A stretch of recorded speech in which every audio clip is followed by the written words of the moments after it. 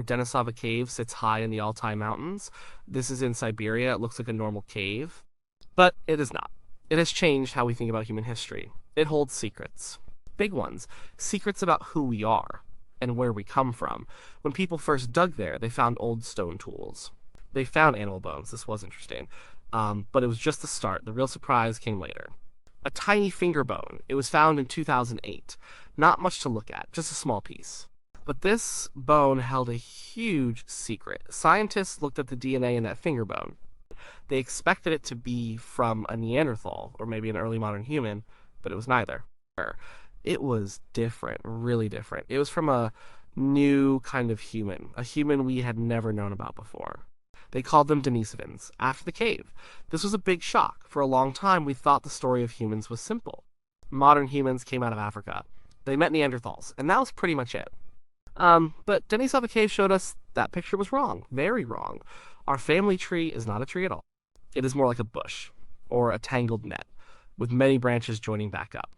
The Denisovan discovery was just the first secret. The cave has kept giving up more. And we still don't know everything, not by a long shot. Many secrets are still buried there. In the dirt, in the bones, in the DNA. Let's talk more about these Denisovans. Who were they? From that first finger bone, we didn't learn much. A young girl, maybe 5 to 7 years old. That's it. But then a tooth turned up. A big tooth. Really big. Bigger than ours. It's bigger than Neanderthal teeth. This tooth hinted that Denisovans might have been robust. Strong. Maybe a bit different looking from us. But we still don't have a skull. Or a full skeleton. That's a big secret, still hidden. What did they really look like? Were they tall? Short? What were their faces like? We just don't know. Yet, the DNA was the real game changer. It told us they were cousins to Neanderthals. They shared a common ancestor with Neanderthals. This ancestor lived maybe 400,000 years ago. But Denisovans split off from that line. They went their own way, and they were separate from us.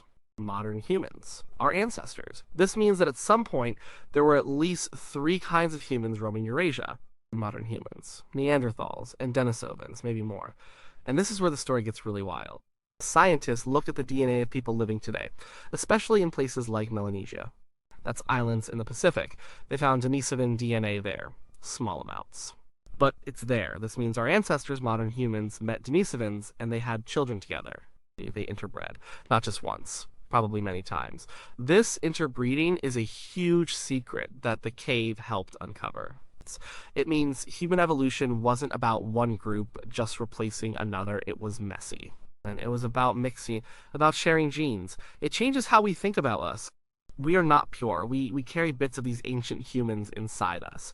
For example, people living in Tibet today can breathe easily at high altitudes. This is because they have a gene that helps them use oxygen better. Where did that gene come from?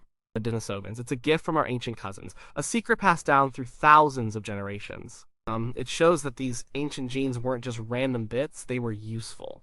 They helped people survive. So, the cave showed us that Denisovans were real. They lived, they bred with us, and they passed on important traits, but we still have so many questions about this mixing. How often did it happen? Where did it happen? Was it friendly? Was it forced? We don't have the full story, just glimpses. But Denisova Cave didn't just have Denisovans. It had Neanderthals too. And this is another secret the cave started to tell us. Scientists found a bone fragment from a teenage girl. They called her Denny. She was special. Her DNA showed something amazing. She was half Neanderthal. And half Denisovan. Her mother was a Neanderthal. Her father was a Denisovan. Denny is the first ever direct evidence of a first-generation hybrid, a child whose parents were from 2 different human groups. This tells us that Neanderthals and Denisovans didn't just live near each other. They met, they interacted, they had families. It wasn't just a quick, rare encounter. These groups were deeply connected. This discovery changes everything. It suggests that these ancient human groups weren't just isolated. They were part of a bigger network. They moved around. They met each other. They shared life. They might have even lived together, at least for a time. Was Denny's family common, or was she a rare case? These are still secrets. And what about modern humans? Did we live in Denisova Cave too? Yes, the cave kept revealing more. Later layers showed evidence of modern humans. We know modern humans passed through this area. We have their DNA too. This means that at different times, Denisovans, Neanderthals, and modern humans all use this same cave. Imagine that. The same shelter. Over tens of thousands of years, different kinds of humans taking refuge there. The cave is like a layer cake of human history. Each layer of dirt holds clues. The scientists dig carefully. They find tools, bones, even tiny fragments, and they date them. They use special techniques, radiocarbon dating for younger stuff, other methods for older things. Like OSL dating, that's optically stimulated luminescence. It tells you when dirt was last exposed to sunlight. It's complicated, but it helps us build a timeline. The timeline shows that the cave was used for a very, very long time. More than 300,000 years, maybe even longer. Denisovans were there early. Neanderthals came and went. Modern humans arrived later. Sometimes they were there at the same time, sometimes one group left and another moved in. This long shared history of the cave is a huge secret. It shows how complex the story of human migration and settlement was. It wasn't a straight line, it was a messy dance. Now, let's talk about what they left behind. Tools. That's a big part of archaeology. What kinds of tools did they make? In the cave, they found stone tools. Some look like tools made by Neanderthals. But in the older layers, they found something else too. More complex tools. Fine blades, polished bone tools, even a bracelet, a beautiful polished stone bracelet. Made from chlorite. This bracelet is a huge mystery, a big secret. It was found in layers associated with Denisovans. Does this mean Denisovans were making these complex tools? Were they wearing jewelry? This would make them much more advanced than we thought, more like modern humans. Or did modern humans make these things, and then we just found them in Denisovan layers by accident? It's hard to be sure. It's a big debate. If Denisovans made that bracelet, it means they had symbolic thought. They cared about beauty, about adornment, not just survival. That would change everything we think about their minds.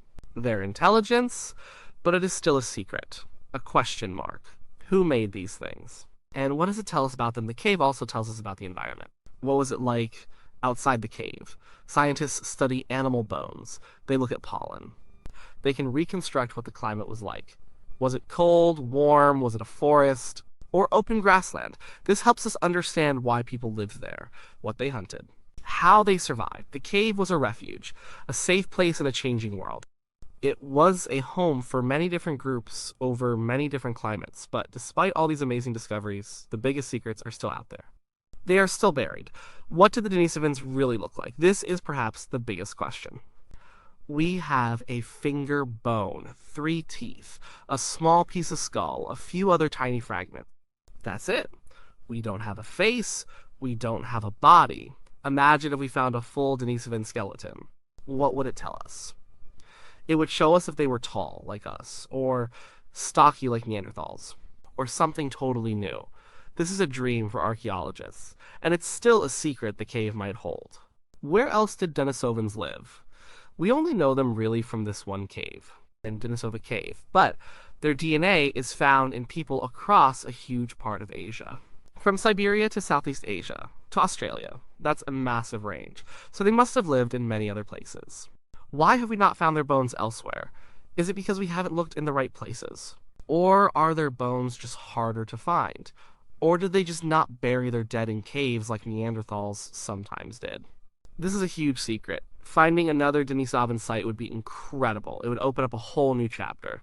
How big were Denisovan populations? Were they always small, isolated groups? Or were there many of them? The fact that they interbred with modern humans and Neanderthals suggests there were enough of them to meet. But we don't know much about their numbers. If they were always small, that might explain why they left so few bones.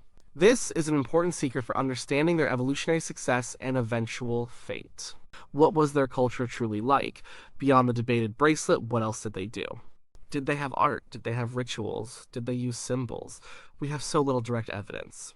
The tools are mostly generic. It is hard to say for sure if the advanced tools were theirs. Uncovering more of their cultural world would be a huge step. It would show us their minds. Not just their bones. Why did the Denisovans disappear? This is a question we ask about all ancient human groups that are no longer with us. Did modern humans outcompete them? Did they simply get absorbed into modern human populations? Did climate change get them? We don't have a clear answer. They were clearly successful for a very long time. But at some point, their line ended. This is a major secret, and it might be connected to the arrival and spread of modern humans across Asia. What other ancient hominins are out there? The Denisovan discovery itself showed us that we can't just rely on finding bones to identify new human groups. Their first hint was DNA. What if there are other groups, even more ancient, that we haven't found yet?